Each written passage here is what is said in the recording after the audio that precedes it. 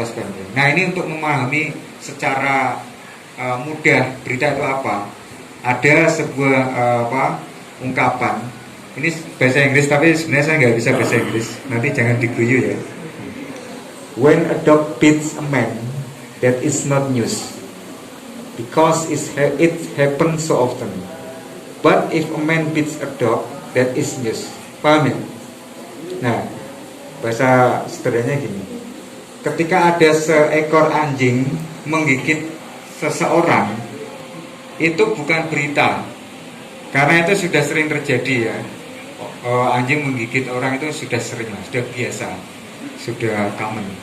Tetapi kalau ada orang menggigit anjing, nah itu baru berita. Paham ya? Nah, di sini ada sesuatu yang unik, sesuatu yang berbeda. Nah, itu untuk teman-teman biar bisa membedakan apa sih berita itu. Nah, tadi saya menyinggung soal nilai-nilai berita. Nilai-nilai berita itu semakin banyak informasi itu mengandung nilai ini, dia semakin layak dikatakan sebuah berita. Yang pertama adalah magnitude. Magnitude ini besaran, ukuran. Seberapa besar sih dia menjangkau, seberapa besar dia pengaruhnya. Misalkan gempa atau banjir, itu kan pengaruhnya besar karena terkait dengan kehidupan manusia. Listrik itu juga pengaruhnya luas, besar karena terkait dengan kehidupan atau sehari-hari manusia, terkait dengan energi dan lain-lain. Itu semakin luas cakupannya, semakin bagus nilai beritanya. Kemudian luar biasa ini kayak tadi orang menggigit anjing. Nah, itu luar biasa atau tidak biasa. Contoh yang di sehari-hari apa kira-kira luar biasa itu? Bencana itu kan luar biasa. Kemudian apa? Meninggal dunia karena COVID itu juga luar biasa. Karena biasanya meninggal nggak apa-apa, ini kena COVID dan lain-lain. Kemudian aktual, ini tadi sudah. Tokoh. Nah, tokoh ini banyak macamnya. Bisa tokoh dari kalangan agama, kiai, kemudian ulama, kemudian cendekiawan, kemudian tokoh dari politik, bisa dari level yang paling bawah, mungkin dari kepala desa, tokoh camat, bupati dan lain-lain. Cuma kalau saya dari teman-teman jurnalis membedakan tokoh dari selebriti itu, kalau saya dari Aji tidak melihat itu sebagai sebuah berita, karena dia infotainment, itu hiburan.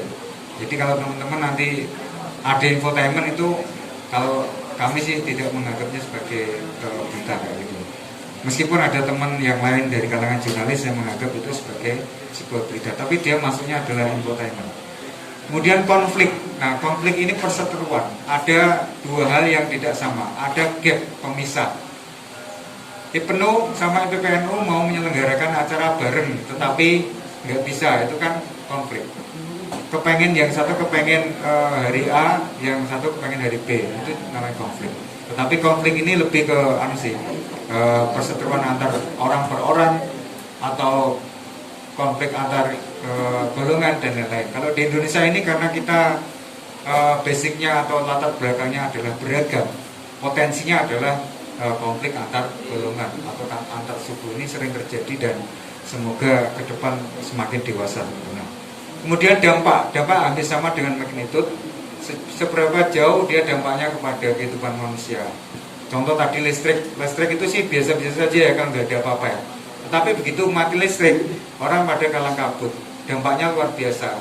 Yang punya usaha rugi karena nggak bisa produksi, kemudian yang ibu rumah tangga juga nggak bisa nyetrika ya kan, dan lain-lain.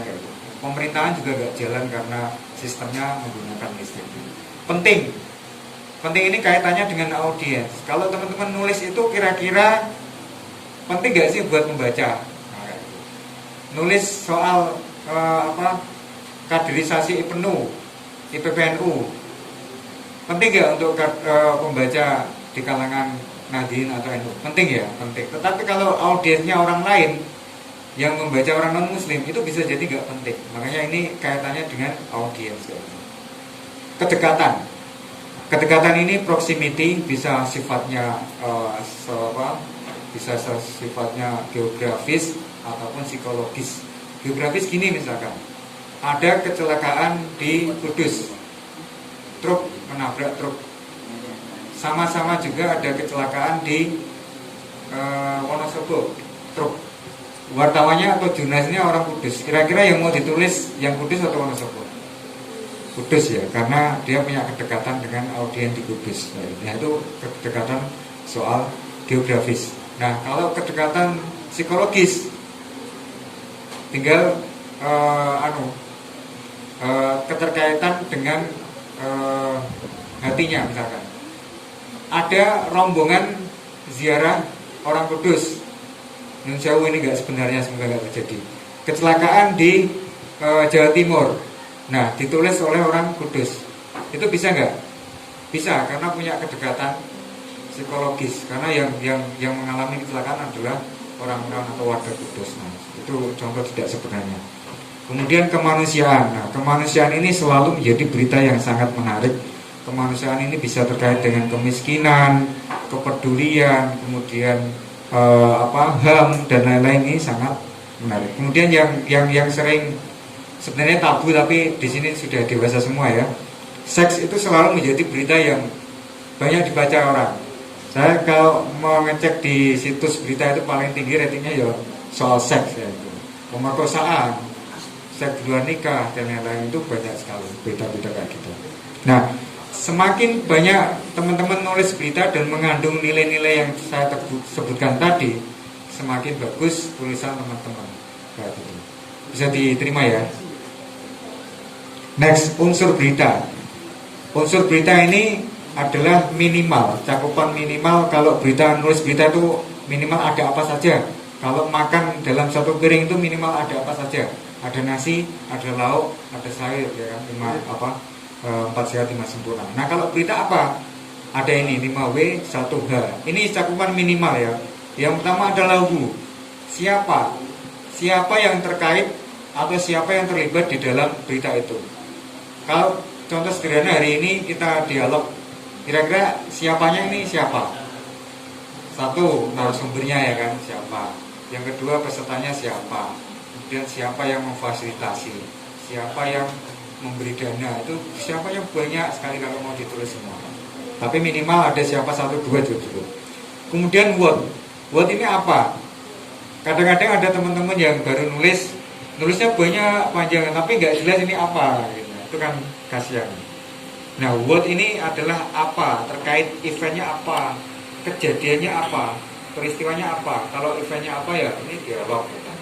Kalau kejadiannya apa? Oh, kejadiannya adalah orang meninggal dunia, kecelakaan, kemudian apa misalnya dan lain-lain. Itu what apa. Kemudian where, di mana? Di mana ini terkait lokasi bisa, atau di mana di tempatnya.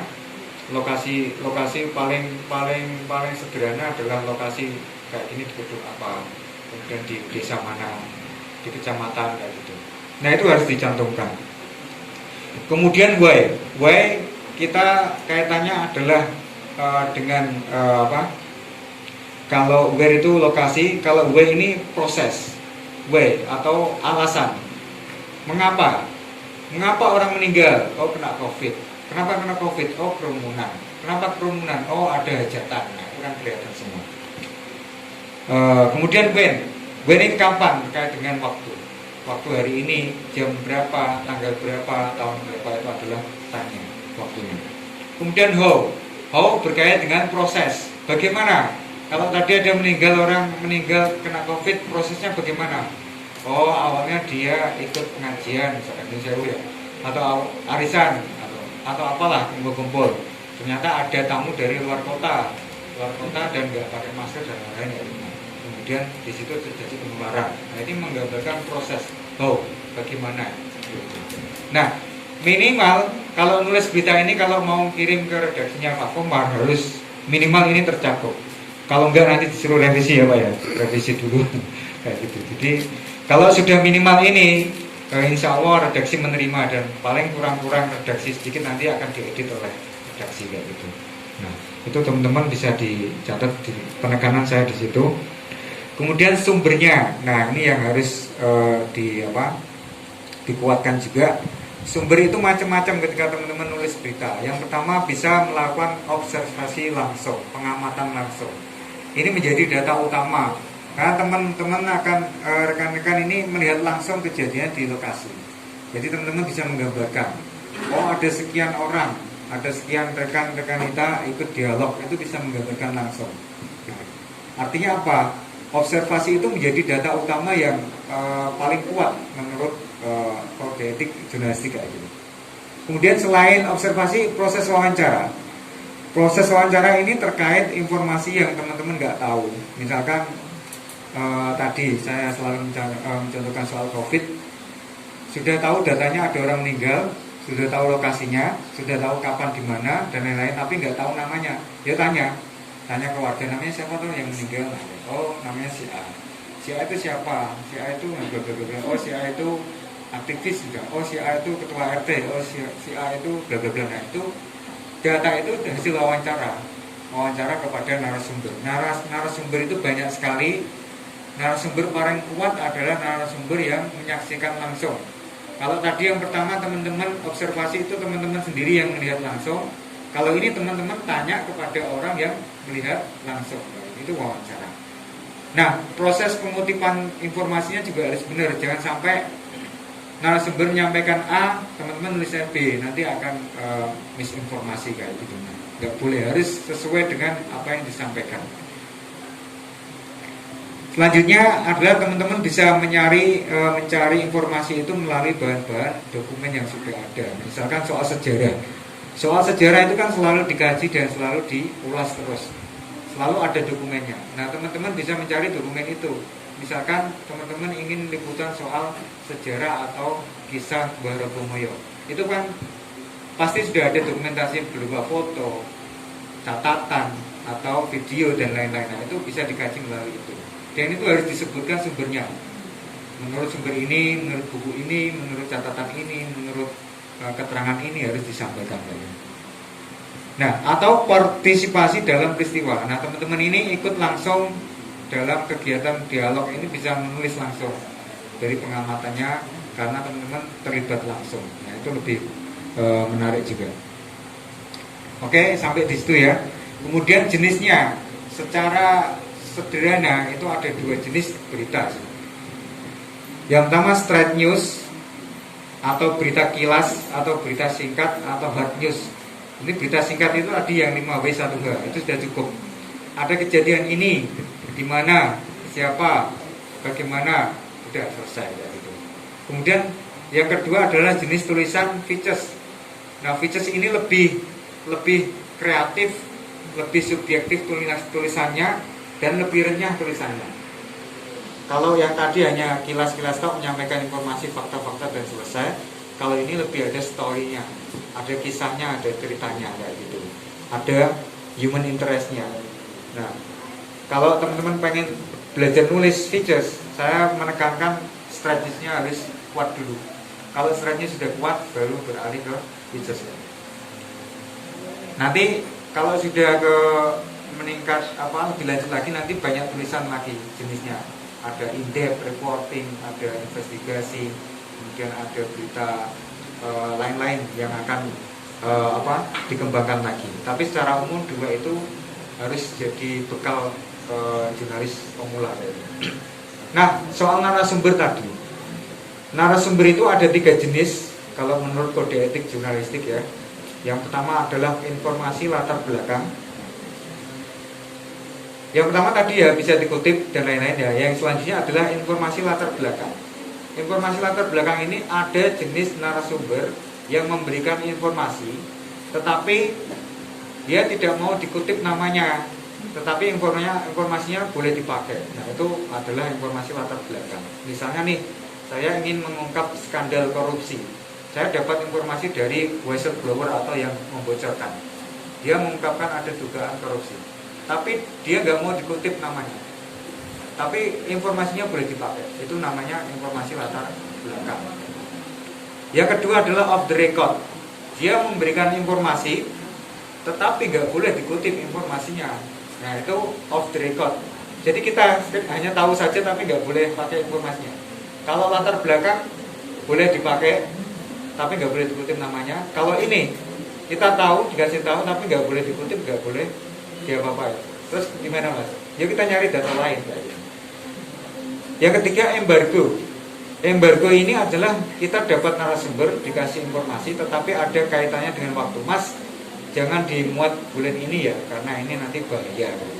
Nanti saya bisa dipecat misalkan. Nah, muatnya minggu depan saja atau tahun depan saya sudah pensiun. Itu embargo, membatasi waktu tertentu untuk pemuatan atau publikasi. Nah, narasumber ini tertentu nggak boleh dilarang. Kalau dilanggar, kita bisa kena tuntutan atau pelanggaran kode etik jurnalistik. Itu akan berbahaya sekali. Oke, kita mulai teknis menulis berita. Kalau tadi sudah ada unsur nilainya. Nah, menulis berita itu apa saja, Mas? Yang pertama adalah judul. Yang kedua adalah lead atau pembuka berita. Yang ketiga adalah tubuh berita dan penutup. Jadi minimal sudah jadi sebuah berita utuh kayak itu. Kita ulas bareng-bareng. Judul itu apa sih, Mas? Kira-kira yang bagus. Judul itu menggambarkan isi berita. Ini agak berbeda dengan tulisan kreatif ya. Kalau kreatif kadang-kadang judulnya hanya satu kata tapi isinya panjang. Nah, itu tulisan kreatif. Kalau berita harus menggambarkan isinya.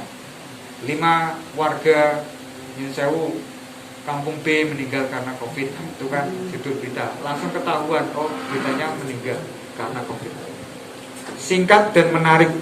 Singkat ini jangan terlalu panjang karena nggak enak kalau dibikin berita ya Pak ya, judulnya ya. Jadi singkat saja. Kalau pembatasan yang kita sepakati, tetapi kesepakatan ini sebenarnya tidak jadi hukum. Itu maksimal 7 kata. 7 kata itu sudah paling banyak. Kalau di Ayo Semarang dan Ayo Network itu maksimal 10, tetapi secara umum biasanya 7 kata. Kemudian gunakan kalimat aktif. Tahu kalimat aktif ya? Jadi menggunakan me. Kalau itu ada misalkan Pak Kades buka dialog jurnalistik di Balai Desa. Nah, itu membuka itu aktif. Jangan dibuka. Kalau dibuka nanti pasif. Misalkan dialog jurnalistik dibuka oleh Kades itu itu nanti negatif ya, pasif. Itu nggak bagus. Ya, yang bagus ada yang kalimat aktif. Saya baru tahu kenapa penggunaan kalimat aktif dalam jurnalistik itu ditekankan, karena ternyata saya baru terbuka. Ketika kita terjun ke dunia online, kita itu menggunakan SEO, Search Engine Optimization. Ternyata itu Google itu lebih suka tulisan-tulisan yang kalimat aktif ketimbang kalimat-kalimat yang pasif yang tadi. Ternyata saya baru tahu di situ. Lead berita. Lead ini setelah judul. Awalan sebuah berita. Inti dari berita dan langsung masuk pada pokok persoalan. Jadi pokok persoalannya apa, langsung masuk to the point. Karena ini berita biasanya to the point kayak gitu. Kemudian mengusik rasa ingin tahu pembaca untuk melanjutkan membaca berita. Misalkan mengusik itu gimana sih caranya? Memancing pembaca untuk membaca beritanya. Misalkan 100 warga kampung A tiba-tiba atau mendadak meninggal dunia usai menghadiri sebuah pertemuan.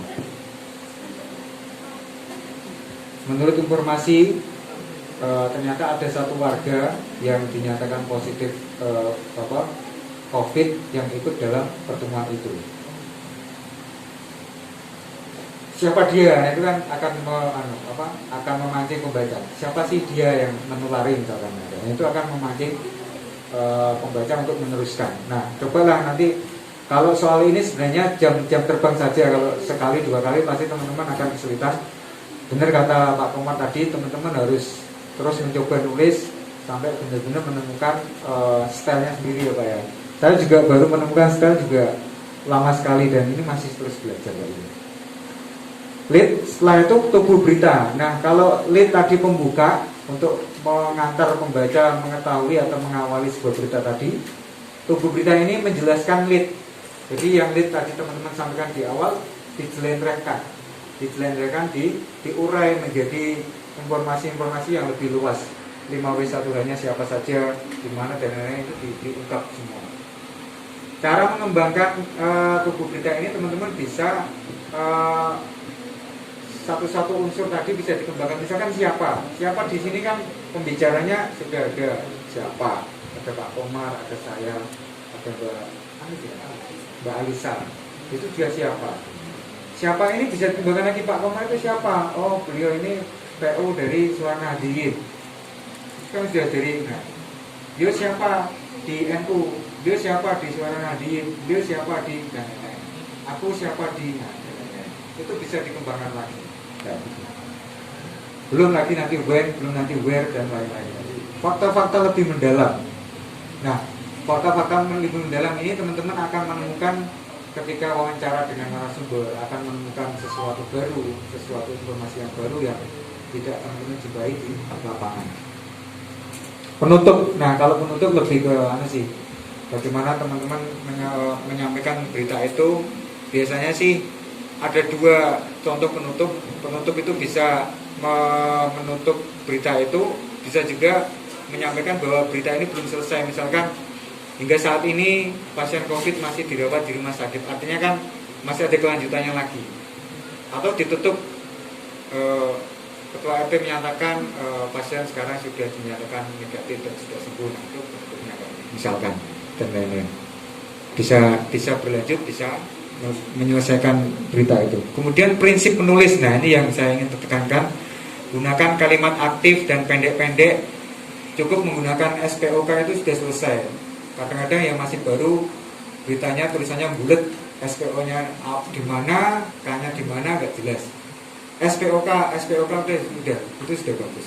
Pilih kata-kata yang lazim, jangan menggunakan kata-kata yang tidak diketahui oleh publik. Kemudian hindari kata-kata yang tidak perlu.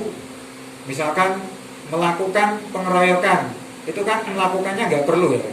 Mengeroyok itu sudah melakukan pengeroyokan. Melakukan makan itu kan sudah melakukan makan, nggak usah melakukan makan, nah, kayak itu. Hindari kata-kata yang nggak perlu. Gunakan istilah yang bisa digambarkan oleh pembaca. Nah, yang digambarkan oleh pembaca itu misalkan kita menghindari kalimat-kalimat atau kata-kata yang istilahnya terlalu ilmiah, itu kan nggak bisa digambarkan orang. Kecuali kalau sudah dipahami ya, kayak COVID itu kan meskipun dia ilmiah, tapi sudah dipahami. Menulis itu menceritakan secara deskripsi. Gambarkan itu lebih bagus. Gambarkan ya ini, misalkan ada 20 atau 50 ya, 50 anggota FUNI PPNU mengikuti dialog, itu menggambarkan. Mereka duduk rapi di kursi, menyimak pemaparan dari narasumber, itu menggambarkan. Fokus pada tema yang ditulis, perbanyak data tadi banyak ya, dari pengamatan, dari wawancara dan lain-lain. Baca dan periksa kembali sebelum dipublikasi.